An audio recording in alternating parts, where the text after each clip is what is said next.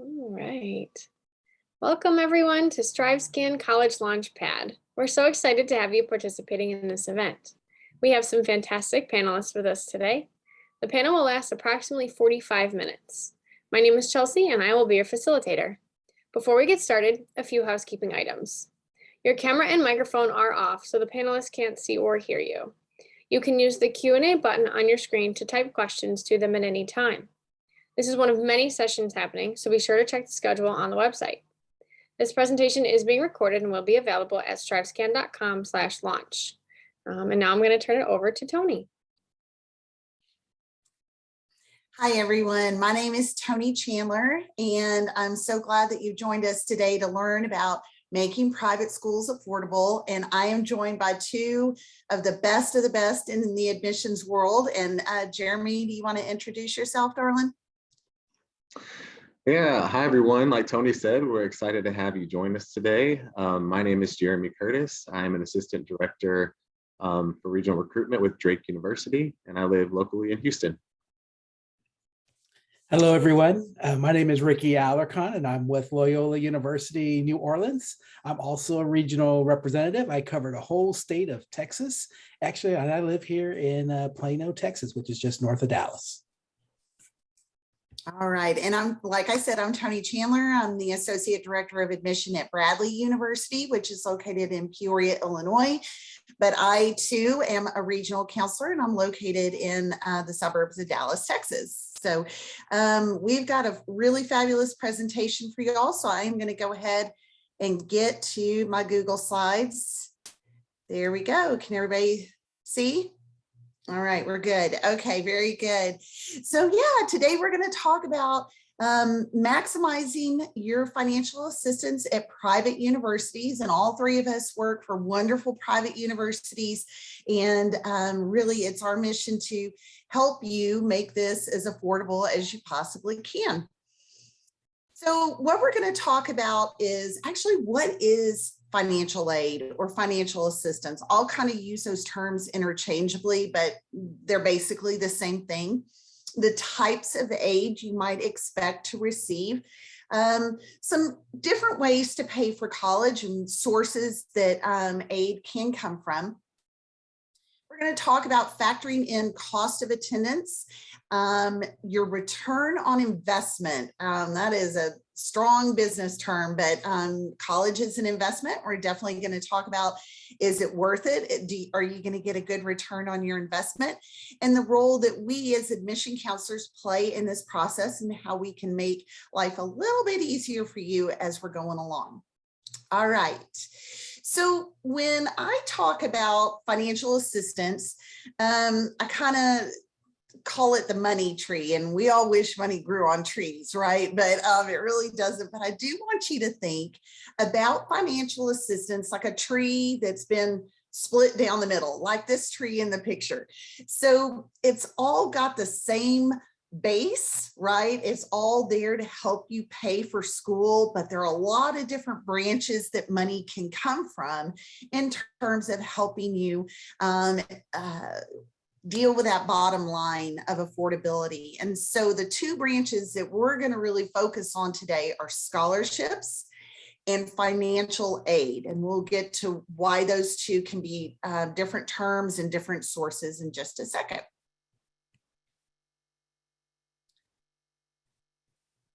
Okay, so the types of aid that we're going to talk about are scholarships and where those can come from, grants, loans, and work study. These are all types of things that you might expect to receive. Now, I know that we keep throwing out the term financial aid. And when I reflect on my time as being a high school student, I feel like I also heard this and I thought, like, well, what is that? I think it's paying for college, but how do I access it? And what does it truly mean? So as you see here right now, financial aid is what helps students and their families be able to pay for college. So it can cover a range of things from our educational expenses like tuition and fees, which is going to be a big chunk of your college education, room and board, books and supplies, and transportation. And there's also a few other things that this can pay for, but essentially financial aid is just as it sounds. It is a resource that is there to help you be able to pay for the college education. So it's important to complete the FAFSA. And I know I just threw that around, but that's what we're going to talk about next. Now that you know about what financial aid is, we're going to talk about how do you get it. And so on this next slide, there's two ways that are two applications that students can use to apply for student financial aid. The first thing that you'll probably hear the most is going to be the FAFSA. And that actually stands for Free Application for Federal Student Aid. Again, in high school, I had no idea this was an acronym that had a meaning. But the most important thing that I want to highlight is the first word, free. There are some websites that charge students to complete their FAFSA, and that's how you know you're at the wrong place. So that's just kind of a tip as well. So some caveats or highlights with the FAFSA is that it opens up October 1st. So this is going to be extremely important for you to be cognizant of this date, because the sooner you complete your FAFSA, the sooner you'll be able to understand your finances and what you're going to get. It's a free application. It's federal aid, so the government is providing this. And we'll touch on other ways that you can receive aid outside of federal aid. Who's eligible to receive funds from the FAFSA? That's going to be US citizens as well as some eligible non-citizens. And FAFSA.ed.gov has information if you're kind of curious about if you fall in this category or not. And then the last thing I want to highlight is the estimated family contribution. So in short, it stands for the EFC. And this is what, whenever you complete the long application for the FAFSA, the government does a computation or analyzes the information that you've input into it, and then it generates the EFC, and that basically shows what your family is able to pay towards your college education. And this helps each university be able to award you financial aid. On the right-hand side, you'll see the CSS profile. So I want to be clear that the FAFSA is something that all schools are going to take. The CSS profile is more specific to typically private colleges. And this is going to be an application for colleges that are giving aid out of their own institutional budget. So it's going to be more in-depth. Some of the different caveats to the CSS profile are it actually costs money. So it's a $25 application fee and $16 every other application that you submit. It's open to all students, US or international. So that's another highlight. And the thing I want to point out too is the EFC is based on university metrics. So the FAFSA, every school takes, and the EFC is based on the government's metrics. The CSS profile is very specific to each school. So your CSS profile EFC could be very much different at every school that you have to apply for the CSS profile. So now that you know about the two main applications that you're going to utilize to apply for aid, and I want to also just backtrack with the CSS profile, it is not required at every school. So just know you do not have to complete both. The FAFSA is going to be the main one, but you check with the institution that you're applying to see if they require the CSS profile. Things that you're going to get from filling out the FAFSA, as Tony mentioned earlier, are things like student loans. So there's an unsubsidized and a subsidized loan. And a pro tip is that the subsidized loan, the government pays the interest while you're in school. With your student loans, I think the biggest concern is, do I have to pay these back while I'm in college? And the answer is no. So there's resources to help you. You'll also be eligible potentially for a Parent Plus loan. Your parents will be. Just another way to help you pay for college. And yes, loans you do have to pay back. I used to be a financial aid counselor, and that was a question I got all the time. So yes, loans you do have to pay back. It's just as it sounds. Grants are also something that you qualify for. This is free money. So those are going to be things like Pell Grant or institutional grants. So if you apply to Drake, what an institutional grant may look like is a Drake grant or a Bradley grant or a Loyola grant. So be on the lookout for that free money. And then lastly, what you could also be awarded from FAFSA, and this is need-based. Need-based aid is work study. So not all students qualify for work study, and not all students are going to qualify for the same things. Some students may qualify for, all students qualify for loans, no matter where you go or where you apply. But maybe grant amounts are going to change, or maybe not all students qualify for grants. And then lastly, work study, again, that's something that you're eligible for if needed, and that allows you to get a campus job, and the government actually pays you to work that job, probably 20 hours or probably 10 hours, 20 hours a week. So now that we talked about the FAFSA and the CSS profile and things that that awards you, this is a breakdown, a visual breakdown of what we just talked about. So on the left-hand side, how we talked about the FAFSA awards you different grants and scholarships and loans. Some of these things more specifically, these are Texas examples, but your state probably also has aid as well. So some things are like Texas Equal or Educational Opportunity Grant, Tuition Equalization Grant. And I'll tell you, sometimes it's not always drawn out like this. There'll be acronyms. So maybe TEG for short. And then at the bottom, the federal aid. So we just talked about this, the federal Pell Grant, work study, student loans. And on your right-hand side, colleges award students money out of their own budgets as well. So university scholarships and grants. So if we take a look at this bottom right corner of a lovely Bradley financial aid package for a student, we can get a glimpse of everything that we just talked about. So this is a real student that has been awarded a financial aid package. So the first item line, you see federal. So we know that that's federal aid and it's a grant. So that is free. Just as we talked about the institutional grant, the Bradley grant, you see that highlighted on there as well. And then even another university scholarship. And just as I told you before, all students qualify for loans. So you will see that on your financial aid package. So we really wanted to just kind of show you a glimpse of what that's going to look like whenever you all apply for financial aid. So let's look at additional ways how we're going to pay for the education, right? So Jeremy did a great job explaining how grants, loans, work study.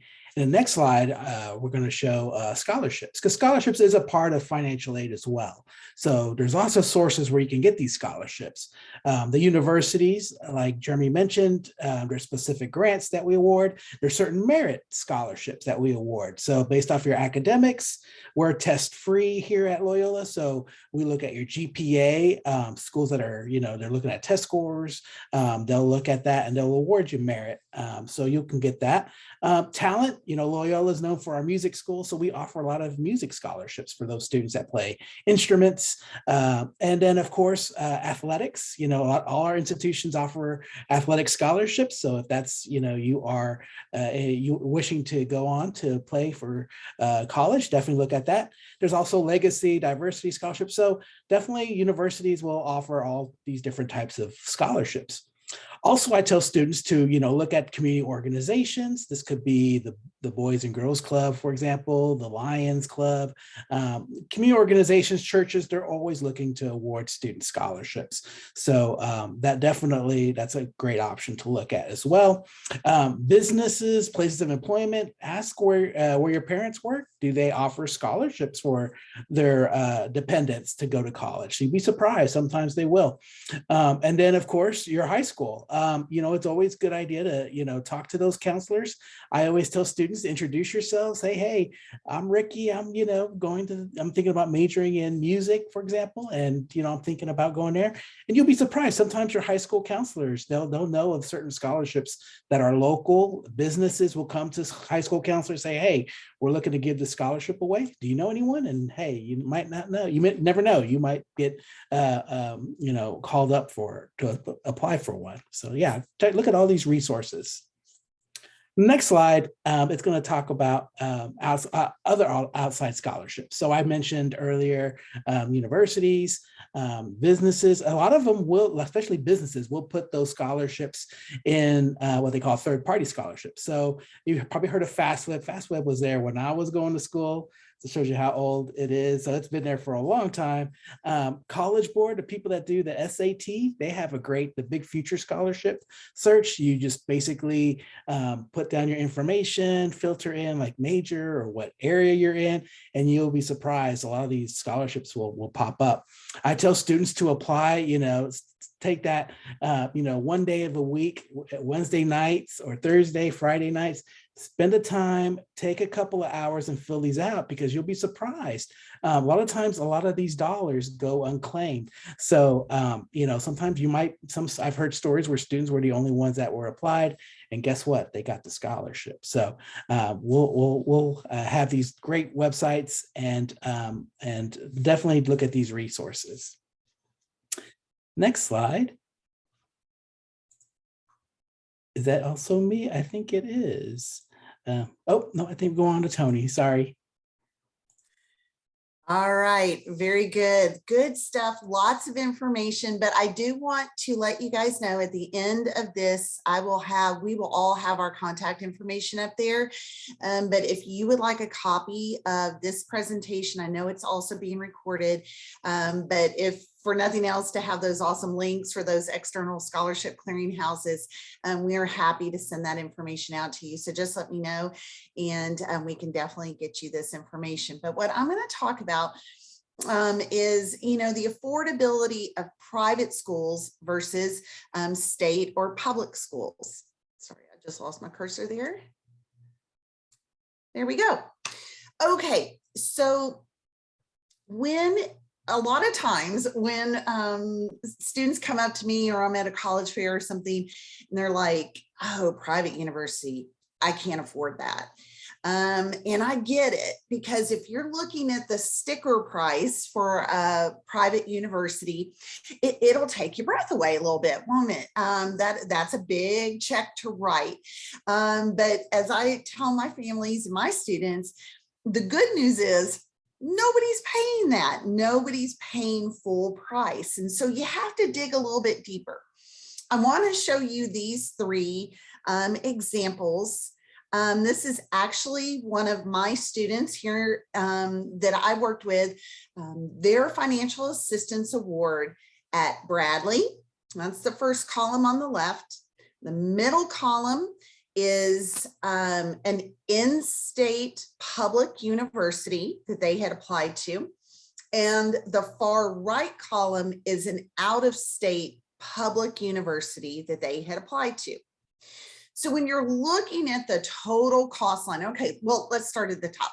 Tuition and fees, very different, right? Bradley's tuition, definitely more than the in-state school and the out-of-state public. Room and board, it's kind of a push, pretty comparable. Books and supplies, again, kind of a push, pretty comparable. And we have to estimate things like books and personal expenses, because, some students, are minimalists, some, like to, have Chick-fil-A every day. Your personal expenses are going to be kind of yours and what you make of them. But we do give an estimate for that. So if you looked at the total cost of attendance before aid, private school, not looking so great, right? Much more, $8,000 more than the next least expensive option, and about twice as much as the in-state public university. If you just stop there, you are missing out, because look what happens. This is my big aha moment. So we've got those costs, but how do we chip away at them? Just like Jeremy and Ricky were talking about. Look at the remaining cost line. So with the private university, grants and scholarships took away almost 60% of their cost. Student loans across the board are going to be the same, because the federal government caps those Stafford loans at $5,500 currently for a first-year student. And it could change by the time you guys are looking at going to college. It just depends. We have no control over that. But the grants and scholarships are what really made the difference. So what started out as $50,000 turned into $15,000, you guys, about $15,600. That is a huge difference. The in-state school, grants and scholarships also took away a good chunk of that and cut their bill in about half. And then the out-of-state public, grants and scholarships, and then the Stafford loans took it to about 18.5.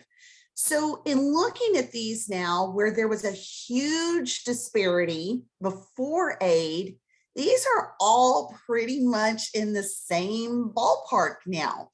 I will tell you that actually this student chose to come to Bradley, chose the private school option because of the value of it. And, you know, he felt that, you know, to spend $2,000 more than the least expensive option, that it was totally worth it. So moral of the story is, don't stop there. Okay, work the process, let the process work for you. And then let's see where it all falls with the remaining costs and what your out of pocket is going to be. So like I said, it's all a myth. And private schools aren't necessarily more expensive, your most expensive option, and they are definitely affordable and playing in the same ballpark as the state schools are. So here's the insider tip. You know, private colleges are not ruled by the government and therefore have more freedom to award funds. So I think we mentioned this earlier. If not, we're going to mention it again, that, you know, public schools are, you know, the state government allocate, you know, budget for them. And so private schools are a little bit different on that aspect. So we have to fundraise. We do a lot of, you know, working with our alumni, we fundraise more funds. So it's a little bit different on how it's awarded. So when we look at cost for to run the university, the power to lights, the, you know, the pay salaries, it's a little bit different than state school. So that's why you see that difference there. But again, your award letter at a private university is definitely a conversation. So again, we want you to know that this is where you talk to ourselves. You want to talk to us about maybe finding additional awards, because we, you know, the good thing about private schools is that sometimes we are a little bit more flexible with the dollars and what we can award students. So that's definitely an insider tip to talk to us. Okay, the next slide. You know, private schools have more freedom to award money. Again, yes. So just as another bullet point here, that from the National Association of College and University Business Officers show that, you know, first-time freshmen who received an institutional grant or scholarship grew from 81.7% to 89.3%. Again, we have that flexibility. So again, talk to us. We're here to help you out. And again, we can kind of have those conversations. I talk to my students, and if I see, just like Tony's example, if they're looking at their school, we can have those conversations, say, okay, let's see what other dollars that we can find for the students. So I can't guarantee it's dollar for dollar, but again, we can have those conversations. Okay. All right. And so this next slide talks about, okay, so, you know, FAFSA, do we have to file a FAFSA? As Jeremy mentioned, October 1st, it comes out. I highly recommend it for most of the institutions I know. They do require students to have it. I know some parents and students may not, but again, I've heard a lot more colleges that do require it. So it's a safe bet. And then maybe you don't think you will qualify for anything. I've had families where, especially during COVID and before COVID, if an emergency happened, of course, you know, there were people lost jobs, deaths in the family. So if there's like what they call life-changing experiences or events that happen, that can kind of affect that. So you could always have it on file. And then if we need to pull it out, the financial aid office can pull it out and award you, run the numbers and kind of see about finding you additional aid. So it's always a good idea to have it on file. People ask about what if my parents are divorced? Who gets to claim me, or how does that work when I file the FAFSA? So typically it's the household that you stay with. So the parent that you stay with the majority of the time, that's their information that you'll record on the FAFSA. Can I go ahead and file it now? Again, Jeremy said October 1st, it'll come out. So I believe you can look at it. Some people, I believe you can maybe set up a PIN number or set up your account, but again, you can't probably start it until later on. The universities automatically get the FAFSA. This is a great question because for this question, they think that they've, send it in and then that's it. Actually, you have to make sure there's a part in the FAFSA where you have to put down the school code so that way that information gets sent to us. And I believe it's 8 to 10 schools, right, that you can send it to. So definitely make sure that the university that you're looking into is added on that list. And of course, what causes an EFC to change? Again, that life-changing experience. Usually that's what they're looking for to change that EFC. If there's big loss of income, that can, again, changes the EFC. And Jeremy will kind of explain in the next few slides some special circumstances there. And there's also something that I wanted to highlight on this last slide. I don't know if we made it clear that, but the FAFSA is to be completed October 1st of your senior year. So if we have any students, any rising seniors, you will be completing that this October 1st. Anybody that is, a sophomore or a junior upcoming, you will not complete this on October 1. And being a former financial aid counselor, this holds dear to me. But the first question of, do we have to file the FAFSA? I think this is a perfect caveat when we talk about private colleges. A lot of my conversations with families used to be, well, my friend told me that they didn't get anything, so we shouldn't apply, or we make too much and we're not going to apply. From a private school perspective, what I want to add is that, remember how Ricky mentioned, we're not governed by the government when allocating funds? Well, if a private school, and I can't speak for all of them, but it happens more often at private schools, if we have leftover funds, we typically award those to students with a FAFSA on file. And what I tell families is, even if you feel like even if you do make too much, you're not in the need-based aid bracket, that allows me to go back and say, hey, this family's not receiving any additional aid. Can we give this family an additional scholarship? So I really wanted to highlight that. And those conversations cannot happen at a public institution. But as Ricky mentioned earlier, this is why it's important to have conversations with your admissions counselor, because we can be your biggest advocate. And at private schools, we're able to have a little bit more leeway in conversation with our families.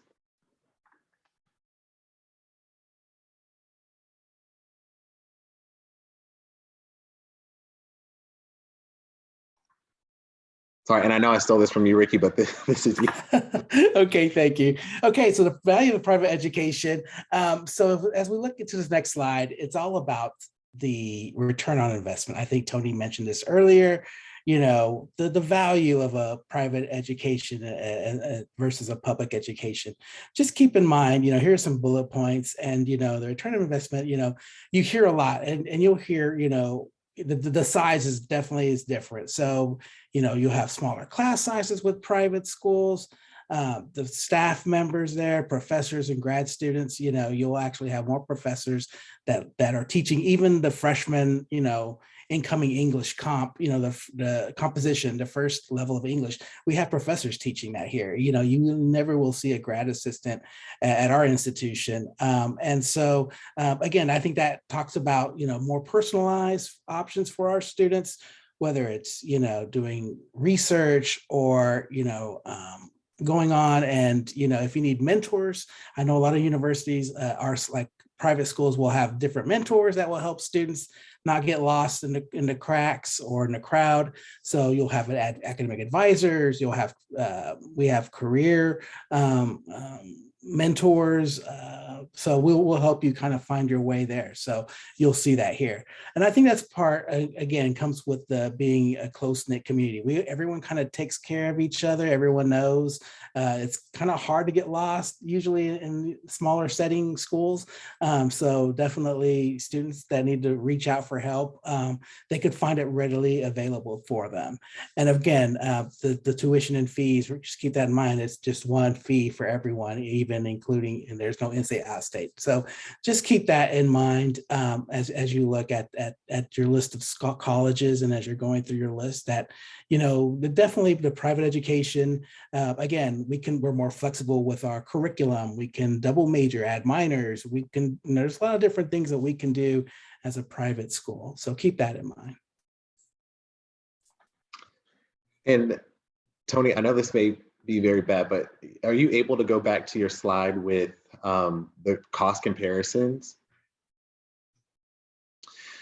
So I feel like a lot of times the conversation can be how Tony outlined, right? We started at, if you look at the left, the private college seemed to be the most expensive. And so if you're really one of those students, before you right off, I can't afford this. If you look at this award package between these schools, they're all very comparable and in the same range. So I just wanted to re-highlight what Ricky just mentioned. A lot of times the conversation comes down to what am I getting at the private school versus the public? And if we look at this breakdown, they are so close that you have to start asking yourself additional questions. So that slide about return of value, being able to sit in those smaller classes and make connections in networking or internships, this is what that all comes down to. So I kind of wanted to connect those two slides of when we're talking about overall cost, see how, Bradley, the private school on the left, isn't the cheapest option, but it may provide additional resources that you're not going to find at these other colleges. And that to me is worth the extra, $1,000 or $2,000 if I can walk out and be successful, maybe have a dual degree, maybe even walking out with additional resources. That way I can connect after I graduate. So I really wanted to highlight that just based on the slide of why the private education, it may not always come down to just finances, but looking at the additional things that we provide versus publics. But the other thing I want to talk to you about is special circumstances. So I know we talked about completing the Fafsa and the CSS profile. One thing that colleges are able to do is dig a little bit deeper should things have changed in the household. So with the Fafsa, it asks for 2 years prior tax information. So when you're completing this as a family, you're looking at a snapshot of 2 years ago, and that's not always accurate. And so we understand that. So there's measurements in place called special circumstances, and it allows students to complete a document or go through some sort of process for a financial aid office to be able to look more into your situation, current situation, right? So if maybe 2 years ago, family was, both parents had a job, and now current day, maybe one parent lost their job. The special circumstance allows a college to go beyond the FAFSA and make a professional judgment based on your circumstance. I have to tell you, again, as a former financial aid counselor, this does not mean every student qualifies for a special circumstance. If family income dropped $100, I'm going to tell you now, it is not necessarily worth you. It's not worth you completing a special circumstance. These are going to be drastic situations. So a significant loss of income. Maybe there's been a death in the family. And I'll tell you, just with the pandemic happening, I've actually worked with several students who have lost a parent during the pandemic or lost income. Some other things are changing family size. So maybe if a student goes off to college, or maybe somebody else is on their own, divorce and separation, and then medical expenses. This is also a big one. So if a family is going through something extraneous with medical bills, we're able to look at those things. I will tell you, like with special circumstances, again, this is not for students that it's very minimal in their changes. So what I'm going to say is you will have to provide documentation. So I tell families, if you truly feel like you qualify, then I would say submit it. But if you know in your heart that it's not that significant, I wouldn't have you jump through all the hoops of providing documentation and receipts, whatever a school is going to ask for, because it's going to be a lot of stress on you. But if you do qualify, or you feel like your family should be looking at this, then definitely take that into consideration.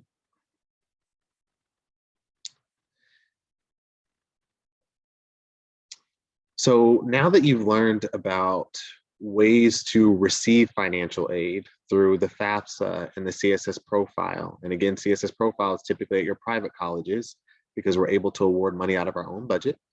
And now that you've seen a breakdown, a real breakdown of a cost comparison between a private school, an out-of-state public, and an in-state public, I just want to re-highlight, aside from all the financial things that we just talked about, right?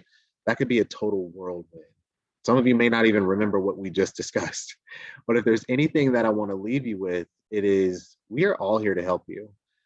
So just as, myself and Ricky and Tony are all up here giving this presentation, we do this because we love our jobs and our institutions and what we're able to provide you as a family. So please utilize us as a resource.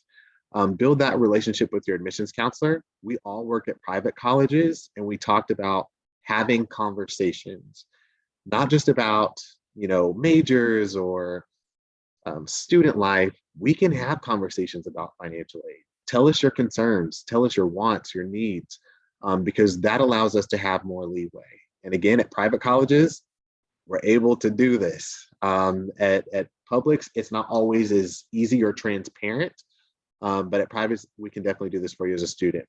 Be open and honest with us, and again, express your concerns. So I tell students, I can't help you if I don't know the full situation. And a lot of times, and I'm an honest counselor, so as soon as I meet a family, I say, look, this may rub you the wrong way, but I am very honest. I don't believe in lying, because I want to set the example that you too can tell me anything under the sun. That could be, like Drake's no longer a institution for me, or I need more money. It is just that short and simple. And the reason why I set that as an example is because if you don't tell us what you need, you potentially could write off a really good school and have not gotten the resources that could have kept you there or gotten you there had you just told us what you needed. So I really want to make that a point. It is okay. Nothing is a dumb question. Nothing is too much to ask for. We may tell you that is a lot to ask for. We can't just give you a $10,000 scholarship, but on the back end, we may say, hey, we found a $1,000 scholarship, or maybe point you in a direction for you to have additional resources. And then the last thing is, whenever you are, interested in an institution, you can totally, I think you should build that relationship by going to high school visits. So if you have a college you're interested in, go check them out. That's at your high school, or reach out now and start having those conversations. If you emailed any one of us and you asked, are there any scholarships that I could apply for now? There may not be any available today if you're a rising senior, but maybe come August, we can give you some dates to look out for. Or, Drake has a scholarship. I know there's a deadline for November 1st. We all can probably give you resources to start thinking about and building a list as you move through that time. But this concludes our presentation. We definitely wanted to leave this open for questions. So feel free to drop your questions into the Q&A, but also take down our information. So you have our emails right here. We want to hear from you, but definitely want to open this Q&A up with any questions that you all have as students. We had a question in the Q&A that I answered, but I kind of wanted to throw it out there for you guys to kind of look at. And the question was, do you have to have a 1250 on the SAT to be considered for a merit scholarship, or is it based on GPA, activities, etc.? I love how specific this is. Yeah, and I was going to joke and say, yes, you all need a 1250, but no, that is not true. What my thing is, every institution is going to be different.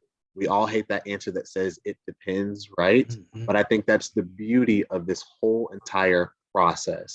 Some schools may require you to have a certain test score to receive scholarships. At Drake, we don't have test scores associated with our scholarships on campus. So we would not require that. We don't have a test score requirement to be eligible for merit-based scholarships at Drake. But with that being said, Tony, is there anything that you want to add?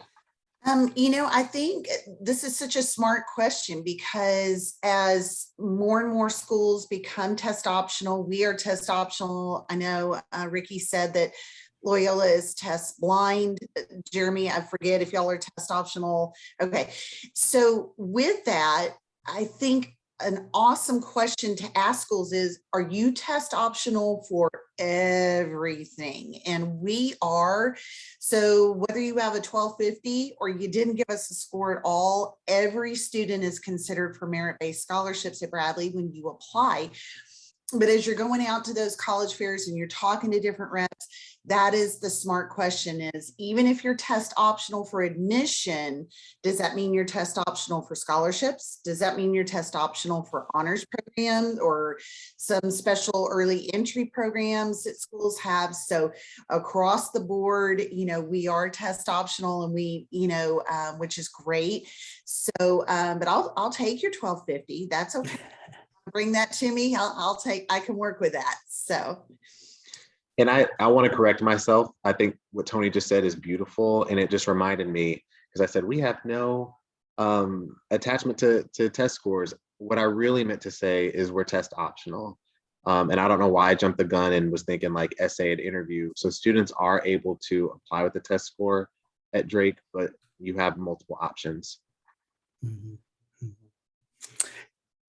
Yeah. So I think when I answered the question for the parent, we're, it's going to depend, and we're test blind here. So we have a scale. So we'll look more at the GPA, the rigor, and deciding, how we're going to award those scholarships, those merit scholarships. But Tony brought up a good point. You might, definitely ask, because there are some schools where, certain departments ask for test scores. So if engineering or business is their strong departments, they might say, well, we're test optional for these other majors, but for engineering business, you have to have a test. So it can vary. So that's a good question.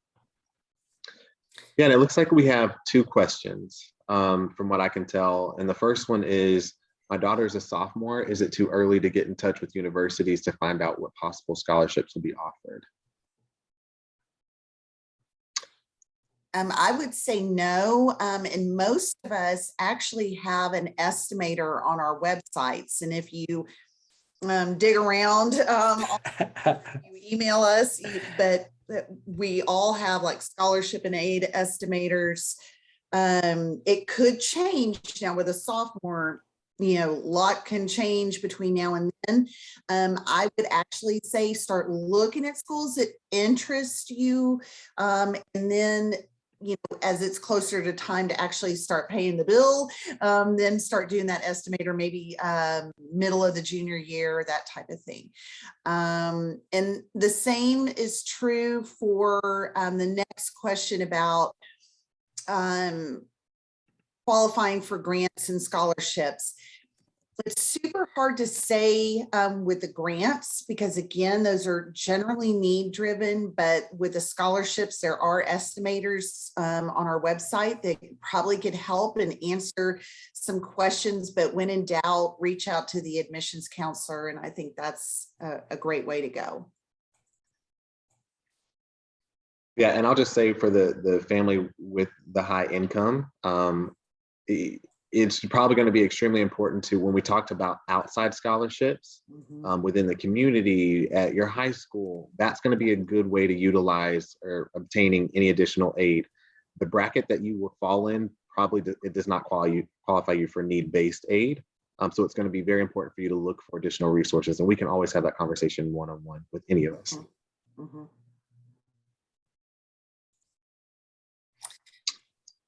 Really great question about special financial assistance for families with special needs children. I kind of take two thoughts to this. The first is that may be a reason to file a special circumstance if the special needs particularly have an ongoing medical component to it. I don't want to get uber personal right now, but if there is a long-term care or long-term medical component to that, I think it's worth discussing with the schools. The other thing is, you may want to look at organizations that work with those particular communities. Like ARC or, Autism Speaks or, things like that. Do they have scholarships for students who are college bound feelings of those affected children. So guys, do y'all have any thoughts that aren't popping into my head on that one? No, I think you said it beautifully, and Yep. I think we've met our time. So Yes. so happy to have had all of you join us, and these questions are amazing. Mhm. So you have our information pulled up on the screen. Feel free to write down our email. We would love to answer any questions that you have. Thanks for joining us. Awesome. Thank you all so much. All right, so I am going to put up the last little bit here. All right, so thank you so much for our presenters for putting all this information together for us. This was great. Thank you to our participants for spending the evening with us. When you close this window, there will be a link to a very quick 5-question survey. We appreciate any feedback you can provide. We encourage you to check back to the schedule, sign up for more sessions. There's a lot of cool stuff coming up. You'll be able to find this session's recording as well as all the other recordings at strivescan.com/launch. And that's it for us. Thank you so much. Bye-bye.